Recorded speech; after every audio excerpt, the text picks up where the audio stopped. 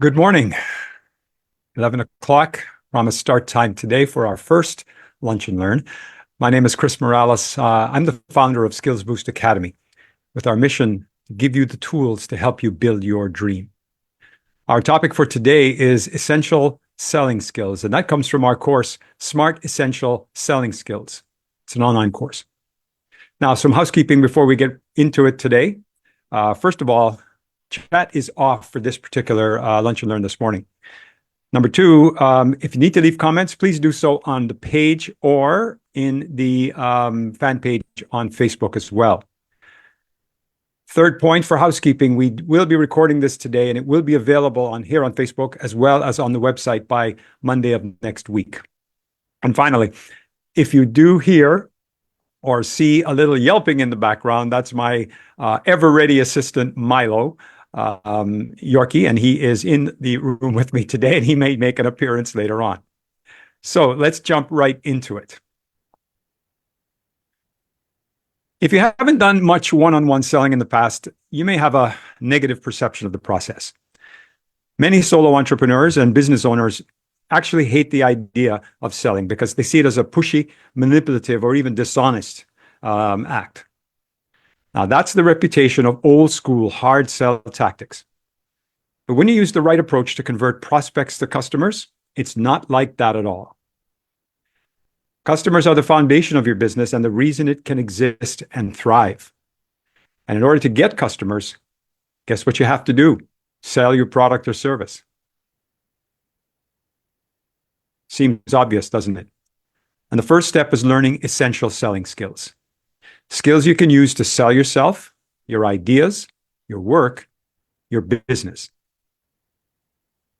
Now, this doesn't mean you have to learn high-pressure sales techniques. Effective selling is about clarifying and meeting your prospect's needs. Making a sale gives you the opportunity to use your expertise to serve your customer in the best way that you can. So if you think serving rather than selling, I think you'll feel more confident in the process. In this course, you'll discover that you don't need to be a natural salesperson to be successful in selling. You learn how to develop the essential relationships that lead to sales and master key communication skills such as listening and questioning. You'll discover ways to collaborate with your prospect and coach them to make the right decision for their unique needs so that they'll be completely satisfied with their purchase. By the end of this course, you'll appreciate just how natural the selling process can be, which will result in more sales and steady growth for your business. Got some learning objectives. The first one, recognize why you need to develop sales skills and how the right approach reflects your desire to serve your customers. And number two, you're going to learn how to uncover your blocks to selling and discover ways to overcome them, so that you can sell with ease and more self-assurance.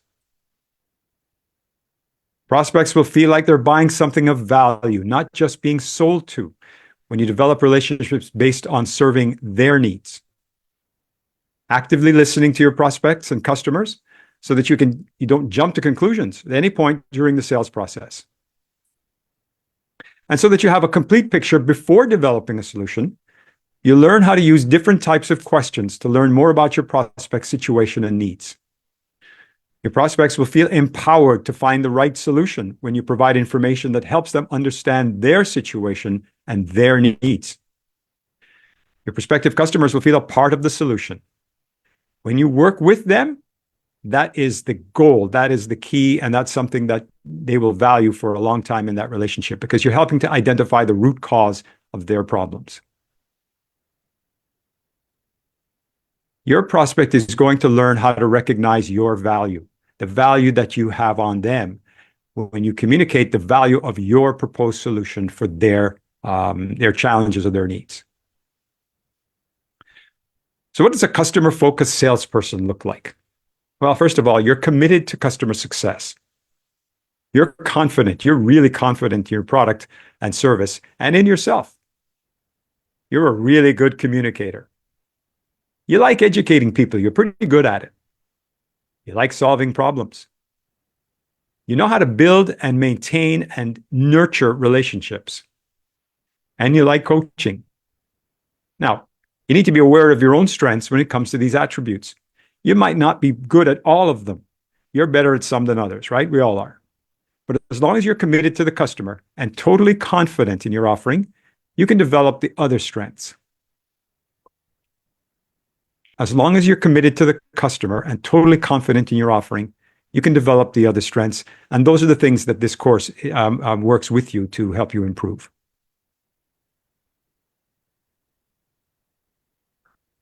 When you're preparing for a launch or a sales meeting, do you sometimes ask yourself things like, am I worth what I'm charging? Who am I to know that my product can really help people? What if they say no? These internal questions, we all have them on occasion. These are roadblocks. So take those questions and flip them around into positive statements. For example, I'm worth every cent of what I'm charging. I'm an expert in my field, and my offering actually helps people. Hey, it's okay if they say no. My offer isn't right for everybody. So just be aware of these thoughts as they can trip you up when you're selling. For example, if you don't know your worth, it's going to be really hard, isn't it, to talk about and believe in your pricing. Or you'll do this. You'll price your products and services so low that your prospects and customers will see them as worthless. So can you see how these questions, these internal questions, can really trip you up? If you don't value yourself in your work, how can you expect your customers to see the value in what you're selling? So now you've initiated a relationship. What do you need to do next? You need to develop it. And you do this with key listening and questioning skills. At this stage, what you really want to start exploring is the prospect's needs and considering if you can help them. One important thing to keep in mind and to establish very, very early in the process is timing. For example, find out if a customer wants something installed by a certain date. Then you can work backwards from that and help them in making the decision on the sale. This is a key point, and it's a key point to establish again early in the process, especially if you think there's potential sales here. Make sure you're talking to the true decision maker. Now, that's usually the person who controls the money, controls the budget, and who gives the final yes or no to the purchase. Now, in many cases, you'll be interacting with people who may use the product or service. They're influencers, but they're not the true decision makers. In both cases, you have to include them in the sales process. But you need to learn who is going to make the final decision. Who that is going to depend on the size of your customer and the market you're working in. In larger businesses, if you're in a business-to-business environment, that could be the CFO or the head of a department. In a smaller business, that could be the managing director or the CEO. And if you're in a business-to-consumer world, that could be the head of the family, the person who makes the most money sometimes. So getting to the right person at this early stage can save you time later when it comes to the buying decision, as you don't need to reestablish a relationship with new people as you're trying to get the decision made on a particular sale. So here are some ways that you can take the relationship further and build on your initial contact. First one is be genuine. Be genuinely helpful when you can with your prospect. Share their content with your network and give them increased visibility, value to them. Connect them with a person they would benefit from knowing so they can expand their network. Send them a piece of content that they would find helpful and useful. It could be yours, it could be someone else's. And recommend them to someone else who might be able to help them with another problem they're having. And that, of course, assumes that you're listening actively to the issues that they have. Love this one. Don't hide behind your computer. Get outside. Get out and meet people. Schedule a Zoom call if you have to. If you're passing through town or you're going to a trade show, invite them to join you or drop by their offices if it's appropriate. You can also organize local events if you have customers in your neighborhood. Make sure you invite your prospects to those events.